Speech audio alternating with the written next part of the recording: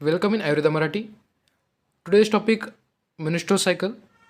BMS first year physiology क्रिया शरीर का बहुत ही important topic menstrual cycle. Reproduction chapter में 3 टॉपिक्स VIMP, स्पर्मेटोजेनेसिस, oogenesis और मेंस्ट्रुअल साइकिल। ब्लूप्रिंट में देखा जाए तो हमारा जो रिप्रोडक्शन चैप्टर है उसके लिए सिर्फ एक ACQ का वेटेज है। 5 मार्क का एक क्वेश्चन आएगा, उसी के हिसाब से हमें चैप्टर प्रिपेयर करेंगे। मेंस्ट्रुअल साइकिल क्या है? Cyclical changes occur simultaneously with in the ovary and endometrium, उसी के हम लोग मेंस्ट्रुअल साइकिल बनेंगे। मेंस्ट्रुअल साइकिल यानी कि जो साइक्लिकल पर मंथ एंडोमेट्रियम और ओवरी में जो साइक्लिकल साइमल्टेनियसली चेंजेस होंगे उसको ही हम मेंस्ट्रुअल साइकिल कहेंगे। Characteristics of primates, A menstrual cycle सिर्फ प्राइमेट्स का कैरेक्टर है। प्राइमेट्स यानी कौन? मंकी, एप्स और ह्यूमन, ये तीनों ही प्राइमेट की कैटेगरी में आएंगे। नॉन प्राइमेट यानी कि ऊपर के जो 3 हैं उनको छोड़ के सब नॉन प्राइमेट्स, उनमें ईस्ट्रस साइकिल होती है और प्राइमेट्स में मेंस्ट्रुअल साइकिल होती है। मेनार्के और मेनोपॉज इंपॉर्टेंट टर्म्स। मेनार्के यानी जिस दिन मेंस्ट्रुअल साइकिल स्टार्ट होगी फीमेल में उसे कहेंगे menarche. Onset of menstrual cycle at the age of 12 to 13 years puberty आ जाती है, उसे मेनार्के कहते हैं। मेनोपॉज क्या है? मेनोपॉज यानी कि permanent stoppage of menstrual cycle. जिस दिन menstrual cycle permanently female body में स्टॉप हो जाएगी उसे हम कहेंगे मेनोपॉज। तो जो मेनोपॉज है उसका नॉर्मल जो एज है तो 45 to 50 ईयर्स में मेनोपॉज आ जाता है, और मेनार्के 12 to 13 ईयर्स के जो फीमेल्स है उनमें ये आना स्टार्ट हो जाएगा। Reproduction life span of female, अब टोटल लाइफ स्पैन अब फीमेल का हम काउंट करेंगे तो हमें कितना मिलेगा? 32 to 33 ईयर। हम अगर 12 to 13 ईयर से अगर 45 to 50 ईयर तक का जो गैप है वो हम काउंट करेंगे तो total reproductive life span female का हो जाएगा 32 to 33 ईयर्स। एक साल में फीमेल कितने ओहम तैयार कर सकती है, प्रिपेयर कर सकती है? एक ईयर में 13 मेंस्ट्रुअल साइकिल होते हैं, क्योंकि 28 दिन की मेंस्ट्रुअल साइकिल होगी इसलिए 13 ओहम होंगे। 2 ओवरीज है इसलिए एक ओवरी 6 और एक ओवरी 6 से 7, ऐसे 13 ओहम एक साल में फीमेल प्रिपेयर कर सकती है, प्रोड्यूस कर सकती है। ये हमारे चैनल का फर्स्ट हिंदी वीडियो है इसलिए थोड़ा सा मेरे प्रोनाउंस में प्रॉब्लम होता होगा, क्योंकि मेरी जो मदर टंग है वो मराठी है। मैं हिंदी में वीडियो ट्राई कर रहा हूँ क्योंकि इसका मराठी वर्जन हमारे चैनल पे अवेलेबल है। वो महाराष्ट्र के स्टूडेंट्स को बहुत लास्ट ईयर में काम में आया। इसका यही एक उद्देश्य है कि ऑल ओवर इंडिया के जो बच्चे हैं उनको हिंदी में कुछ BMS का प्योर कंटेंट मिले। इसके बाद BMS संस्कृत हिंदी में लेक्चर सीरीज़ भी स्टार्ट होगी, क्योंकि मराठी में ऑलरेडी लास्ट ईयर हमने सीरीज़ ली और वो बहुत ही सक्सेसफुल रही, रिस्पांस भी बहुत अच्छा आया। इस साल हम लोग हिंदी में पढ़ाने की ट्राई करेंगे, क्योंकि हिंदी का अभी तो प्रोनाउंस इतना अच्छा नहीं है मेरा, लेकिन धीरे धीरे हो जाएगा। आप लोगों को सिर्फ कंटेंट से मतलब है, बातें समझ में आने से मतलब है, उस पर ज़्यादा ध्यान रहेगा। Sequence of hormone in menstrual cycle. अब जो हम मेंस्ट्रुअल साइकिल देखेंगे उसके बाद हम ये जो सीक्वेंस है हम जान पाएंगे, इसके पास थोड़ी देर में आएंगे। मेंस्ट्रुअल साइकिल स्टार्ट करने से पहले हम कुछ बेसिक देखेंगे, उसका हिस्टोलॉजी देखेंगे, क्योंकि मेंस्ट्रुअल साइकिल और जो कुछ ओवरी में चेंजेस है वो साइमल्टेनियस से होते हैं। हमने डेफिनेशन क्या देखी? Cyclical changes in ovary and endometrium, मतलब दोनों ही चेंजेस है साइमल्टेनियसली हो रहे। जो ओवरी के चेंजेस है वो हम लोग देखेंगे, उसके बाद हम मेंस्ट्रुअल साइकिल के फेजेस से उसको रिलेट करेंगे। जो प्राइमरी फॉलिकल का कन्वर्जन सेकेंडरी का टर्जरी में और टर्जरी का ग्राफियन फॉलिकल में कन्वर्जन होता है। ये जो प्राइमरी फॉलिकल से ग्राफियन फॉलिकल में कन्वर्जन है उसको ही हम लोग प्रोलिफरेशन कहेंगे। इसमें सबसे ज़्यादा इम्पोर्टेंट हार्मोन का काम है FSH। FSH हार्मोन प्रोलिफरेशन में मदद करेगा। अगर FSH हार्मोन नहीं होगा तो ये प्रोलिफरेशन होना संभव नहीं है। तो हम लोगों ने क्या देखा? प्राइमरी फॉलिकल का कन्वर्जन ग्राफियन फॉलिकल में with the help of hormone FSH। बस इतना ही याद रखना है। बाद में जो ग्राफियन फॉलिकल है, ग्राफियन फॉलिकल में हमारा जो एग है वो यहाँ पर एग होगा। LH हार्मोन ज़्यादा बढ़ने की वजह से एग बाहर आएगा, इसे हम लोग कहेंगे ओव्यूलेशन। ये सिर्फ बेसिक है, चाहे हमारी मेंस्ट्रुअल साइकिल हमें इजीली याद हो जाए। ये जो ग्राफियन फॉलिकल से एग बाहर निकलेगा उसे कहेंगे ओव्यूलेशन, और वो LH हार्मोन की वजह से ओव्यूलेशन होगा। बाद में ओव्यूलेशन होने के बाद ये जो ग्राफियन फॉलिकल है इसका कन्वर्जन हो जाएगा कार्पस लूटियम में। कार्पस लूटियम में इसका कन्वर्जन हो जाएगा। कार्पस लूटियम सिक्रेट करता है प्रोजेस्टेरॉन। पूरी प्रेगनेंसी मेंटेन करने का काम ये प्रोजेस्टेरॉन करेगा पहले 3 महीने तक। P for pregnancy and P for pregnancy maintaining hormone. ये ग्राफियन फॉलिकल का कन्वर्जन हुआ कार्पस लूटियम में, और बाद में एक कार्पस लूटियम डिजेनरेट होके इसका बनेगा कार्पस अल्बिकन। Corpus albicans. अब बेसिक लेने के बाद अब हम लोग जा सकते हैं मेंस्ट्रुअल साइकिल की तरफ। अब हम लोग देखेंगे कि मेंस्ट्रुअल साइकिल में एग्जैक्टली होता क्या है, डायग्राम से जानेंगे। ये रही फैलोपियन ट्यूब, ये यूट्रस, यहाँ पर रहेंगे तो ओवरीज। ये जो रहेगा ये रहेगा एंडोमेट्रियम, यानी कि ये लेयर होती है, और ऊपर वाले रहेंगे फैलोपियन ट्यूब्स।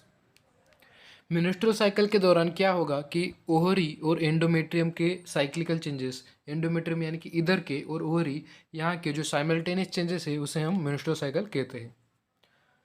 ये जो एंडोमेट्रियम है इसे मेंटेन करने का काम प्रोजेस्टेरॉन करेगा। अगर प्रोजेस्टेरॉन हार्मोन कम हो जाएगा, यानी कि कार्पस लूटियम अगर डिजेनरेट हो जाएगा, तो ये एंडोमेट्रियम की शेडिंग होना स्टार्ट हो जाएगी और ये ब्लीडिंग के थ्रू बॉडी से बाहर निकल जाएगा। इसे हम पहले 5 दिन की ब्लीडिंग कहेंगे, मेंस्ट्रुअल फेज कहेंगे, ब्लीडिंग फेज कहेंगे। इसमें क्या क्या रहेगा ब्लड कंटेंट? पहले तो रहेगा एंडोमेट्रियल कॉन्स्टिट्यूएंट। ये जो अनफर्टिलाइज ओवम है ये भी यहाँ से आकर यहाँ निकल जाएगा, कोई भी एक साइड का रहेगा और वो मेंस्ट्रुअल ब्लड में बाहर निकल जाएगा। ये रहा अपना पहला फेस मेंस्ट्रुअल। पहले फेस में पहले दिन मेंस्ट्रुअल फेस चला, ब्लीडिंग हुई, ब्लीडिंग में अनफर्टिलाइज ओवम बाहर निकल गया, एंडोमेट्रियल कॉन्स्टिट्यूएंट बाहर निकल गया, थिकनेस कम हो गई उसकी। दूसरी फेज में प्राइमरी फॉलिकल का होगा टर्शियरी फॉलिकल में कन्वर्जन, ग्राफियन फॉलिकल में टर्शियरी का कन्वर्जन। अब जो ये ग्राफियन फॉलिकल है इसका कन्वर्जन करने में FSH हार्मोन काम आएगा। उसके बाद ये जो ग्राफियन फॉलिकल हम लोगों ने तैयार की है, ये जो ग्राफियन फॉलिकल है इसकी इनर लेयर होती है ट्रोफोब्लास्ट, वो सिक्रेट करेगी ईस्ट्रोजन। ईस्ट्रोजन फीमेल हार्मोन, बहुत ही इम्पोर्टेंट ऑर्गन है मेंस्ट्रुअल साइकिल में। ये जो हमारी थिकनेस है एंडोमेट्रियम की उसको मेंटेन करने का काम ये एंडोमेट्रियम करेगा। ये एंडोमेट्रियम इसकी थिकनेस बढ़ाने का काम करेगा, और जब एस्ट्रोजन कम हो जाएगा तो ये थिकनेस कम हो जाएगी और ब्लीडिंग हो सकती है। अब आएंगे मेंस्ट्रुअल साइकिल के मेन मुद्दे पर, इसके 4 फेजेस। मेंस्ट्रुअल जो साइकिल है उसके 4 फेजेस हमारे सामने, menstrual phase, follicular phase, ovulatory phase, luteal phase. Menstrual phase को हम लोग ब्लीडिंग फेज भी कहते हैं, फॉलिकुलर फेज को हम प्रोलिफरेटिव फेज भी कहते हैं, ओव्यूलेटरी फेज का शॉर्टेस्ट फेज होता है और ल्यूटियल फेज है लॉन्गेस्ट है, और सिक्रेटरी फेज है।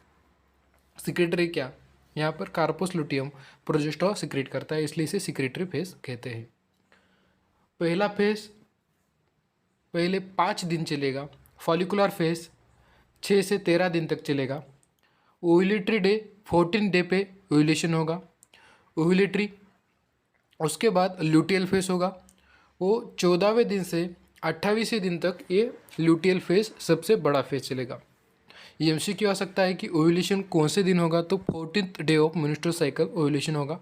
अपनी मेंस्ट्रुअल साइकिल 28 डे की होती है। हार्मोन्स का जो चक्कर है उसे जानने के लिए हमें पहले लास्ट वाला फेज देखना पड़ेगा, ल्यूटियल फेज। ल्यूटियल फेज को हम पोस्ट ओव्यूलेटरी फेज के भी कह सकते हैं, क्योंकि ओव्यूलेटरी फेज के बाद आता है, इसलिए post ovulatory phase. Menstrual phase के पहले आएगा, इसलिए इसे प्री मेंस्ट्रुअल फेज कहेंगे, क्योंकि साइकिल है, पहले के बाद दूसरा, दूसरे के बाद तीसरा, चौथे के बाद फिर से पहला, इसे हम साइकिल कहेंगे। ओवरी, ल्यूटियल फेज में क्या होगा? ओवरी रफ्चर्ड ग्राफियन फॉलिकल जो 14वें दिन में ओव्यूलेशन होगा, रप्चर्ड ग्राफियन फॉलिकल होगी, उसका कन्वर्जन कार्पस लुटियम में होगा। कार्पस लुटियम क्या करेगा? प्रोजेस्टेरॉन सिक्रेट करेगा, और एंडोमेट्रियम की थिकनेस सबसे ज़्यादा होती है इसी फेज में, ल्यूटियल फेज में। उसके बाद आएगा मेंस्ट्रुअल फेज। मेंस्ट्रुअल फेज को हम प्री फॉलिकुलर फेज भी कह सकते हैं, पोस्ट लुटियल फेज भी कह सकते हैं, और ब्लीडिंग फेज भी कह सकते हैं। पहले 5 दिन ये फेज चलेगा, इसमें हार्मोन एस्ट्रोजन भी कम रहेगा और प्रोजेस्टेरॉन भी कम रहेगा, क्योंकि हमने कार्पस लुटियम डीजनरेट होगी मेंस्ट्रुअल फेज में, और उसका कन्वर्जन होगा कार्पस अल्बिकन में। अगर कार्पस लुटियम का कन्वर्जन कार्पस अल्बिकन में हुआ तो ये जो प्रोजेस्टेरॉन है इसका लेवल घट जाएगा, और अपने जो एंडोमेट्रियम वॉल्स रहेगी वो एंडोमेट्रियम वॉल्स उसका शेडिंग होना स्टार्ट हो जाएगा। उसमें ही ब्लड लॉस होगा। इस फेज में 35 to 45 ml ब्लड लॉस होगा। ब्लड का कंटेंट क्या क्या रहेगा? एंडोमेट्रियल कॉन्स्टिट्यूएंट रहेगा और अनफर्टिलाइज ओम रहेगा। यहाँ नोट्स में थोड़ी सी गलती हो गई है, अनफर्टिलाइज ओम है वहाँ पर।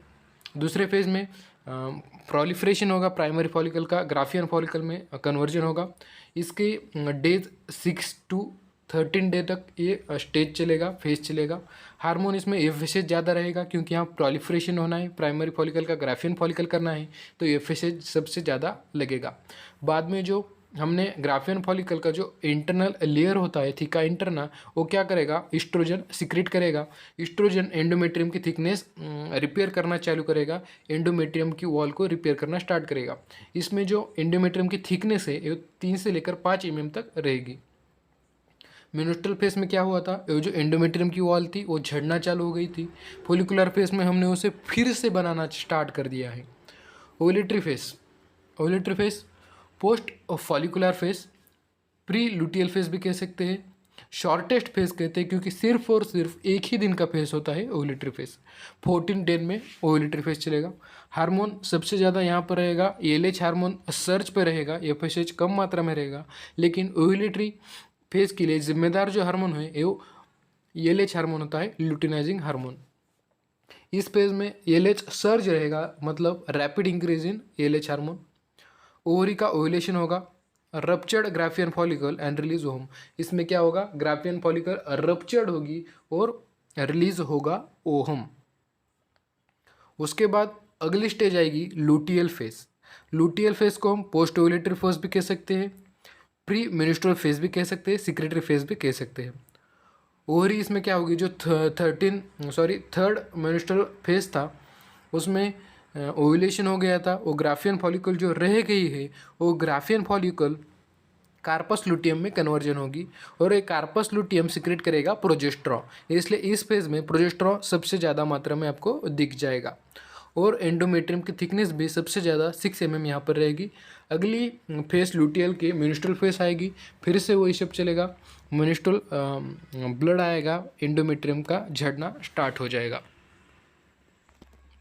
ये जो चार्ट दिख रहा है वो सीधा सीधा एग्ज़ाम में लिख के आना है, आपके कुछ सेंटेंस ऐड कर सकते हो, वो इन्फॉर्मेटिव चार्ट है। उसके बाद हम लोग पूरा की पूरा रिवाइज करने वाले हैं कौन से फेज़ में क्या क्या हुआ। अगर आपको कुछ भी समझ में नहीं आया मेंस्ट्रुअल साइकिल में तो सीधा सीधा ये चार्ट रट लेना है और एग्ज़ाम में जाकर लिखना है। सिर्फ 5 मार्क का एक क्वेश्चन आपको इससे आ सकता है, क्योंकि हमारे ब्लूप्रिंट में सिर्फ 5 मार्क का वेटेज रिप्रोडक्शन चैप्टर को है एएसक्यू का। तो इसके बाद हम लोग देखेंगे रिवाइज करने की फर्स्ट पेज में क्या हुआ। फर्स्ट फेज का नाम था मेंस्ट्रुअल फेज, सेकेंड फेज का नाम था प्रोलिफरेटिव फेज, थर्ड फेज का नाम था ओव्यूलेटरी फेज, और फोर्थ फेज का नाम था ल्यूटियल फेज। फर्स्ट में क्या हुआ था? डेज, पहले तो पहला पॉइंट सब में रहेगा कि डेज क्या थे। ये पहले 5 दिन चलेगी, ये 6 से लेकर 13 तक चलेगी, ये 14 डे पे चलेगी, और ये 14 से लेकर 28 तक ये फेज चलेगी, ल्यूटियल फेज। दूसरा पॉइंट, मेंस्ट्रुअल फेज में क्या होगा, प्रोजेस्टेरॉन भी कम रहेगा, ईस्ट्रोजन भी कम रहेगा, एंडोमेट्रियम की शेडिंग होगी, ये जो अपनी एंडोमेट्रियम वॉल होती है उसकी शेडिंग होगी, इसमें अनफर्टिलाइज ओहम और एंडोमेट्रियम कंस्टिट्यूएंट बाहर आ जाएगा। इसमें एंडोमेट्रियम की जो थिकनेस है सिर्फ 1 mm रहेगी। सेकंड में क्या होगा, सेकंड में प्रोलिफरेशन होगा, प्राइमरी फॉलिकल का कन्वर्जन ग्राफियन फॉलिकल में होगा। ये ग्राफियन फॉलिकल सीक्रेट करेगी ईस्ट्रोजन को, रिपेयर करना स्टार्ट करेगी ये एंडोमेट्रियल वॉल को, उसका थिकनेस में बढ़ना चालू हो जाएगा। थर्ड फेज थी ओव्यूलेटरी फेज, 14 डे को चलेगा, उसमें ओवुलेशन होगा और हार्मोन सबसे ज़्यादा रहेगा LH। Fourth phase luteal phase रहेगी, ल्यूटियल फेज में क्या होगा, ग्राफियन फॉलिकल का कन्वर्जन कार्पस लुटियम में होगा, कार्पस लुटियम सीक्रेट करेगा प्रोजेस्टेरॉन, वो प्रेगनेंसी को मेंटेन कर सकता है। अगर प्रेगनेंसी हुई तो ये चौथा फेज चालू रहेगा और प्रेगनेंसी को मेंटेन करने में हेल्प होगी। उसके बाद कुछ क्लिनिकल देखेंगे मेंस्ट्रुअल साइकिल का। अमोनोरिया, अमोनोरिया का मतलब है एब्सेंस ऑफ मेंस्ट्रुअल साइकिल। उसमें 2 टाइप होंगे, primary amenorrhoea, secondary amenorrhoea. Primary amenorrhoea में क्या होगा, no menstruation by the age of 14 to 16। इसका मतलब कि मेंस्ट्रुअल साइकिल स्टार्ट ही नहीं हुई, प्यूबर्टी आ गई 12 से 12 to 30 में प्यूबर्टी आना चाहिए, मेंस्ट्रुअल साइकिल स्टार्ट होना चाहिए, लेकिन यहाँ पर स्टार्ट ही नहीं हुआ तो उसको कहेंगे प्राइमरी अमोनोरिया। सेकेंडरी अमोनोरिया क्या है, सेकेंडरी अमोनोरिया कह सकते हैं menstrual started but no menstruation there is after for 3 or 4 month। मतलब जो प्यूबर्टी का फेस है उसमें मेंस्ट्रुएशन चालू तो हो गया लेकिन बीच में ही कहीं एक स्पेस ऐसा आएगा कि 2-3 महीने के लिए मेंस्ट्रुअल साइकिल आएगी ही नहीं, वो प्रेग्नेंट भी नहीं है फिर भी मेंस्ट्रुअल साइकिल नहीं आएगी कुछ तो डिफेक्ट होने के बाद, उससे कहेंगे सेकेंडरी अमोनोरिया। ये अमोनोरिया के 2 टाइप हो गए। उसके बाद है मोनोर्जिया। मोनोर्जिया मतलब एक्सेसिव मेंस्ट्रुएशन, म्हणजे ज़्यादा ब्लीडिंग होती है, एक्सेसिव मेंस्ट्रुएशन होती है, ज़्यादा मेंस्ट्रुअल साइकिल आएंगी, इसलिए उसे कहेंगे एक्सेसिव मेंस्ट्रुएशन।